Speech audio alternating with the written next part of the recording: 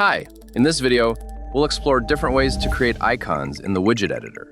Before you begin, pair the keyboard extension app for Windows with the keyboard extension mobile app.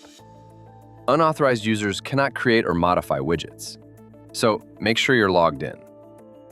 We'll look at how to create icons using Premiere Pro as an example. When I launch Premiere Pro on my PC, the corresponding widget automatically opens on my smartphone, since I created it specifically for this lesson. I explained how to create your own custom widgets in the previous video. Be sure to check it out.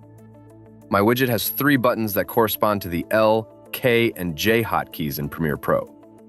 The first button plays the video, and pressing it again speeds it up. The second button stops playback. And the third button plays the video in reverse and speeds it up when clicked again. Now let's go to the widget editor and add some icons. The preset list already includes several buttons with icons. One of them is just an icon without a background, while the other is a button with a background, an icon, and a label. In my case, I chose only the buttons with backgrounds. First, let's change the icon for the entire widget.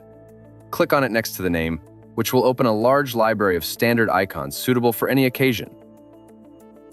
I'll choose this one. Now, let's work on the buttons. Select one of them. In the navigation bar, select Icon. Next, select Source. Tap Icon to access the same library of standard icons we just saw.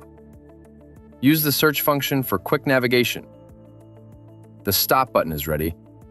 Now let's do the same for the remaining 2. Done.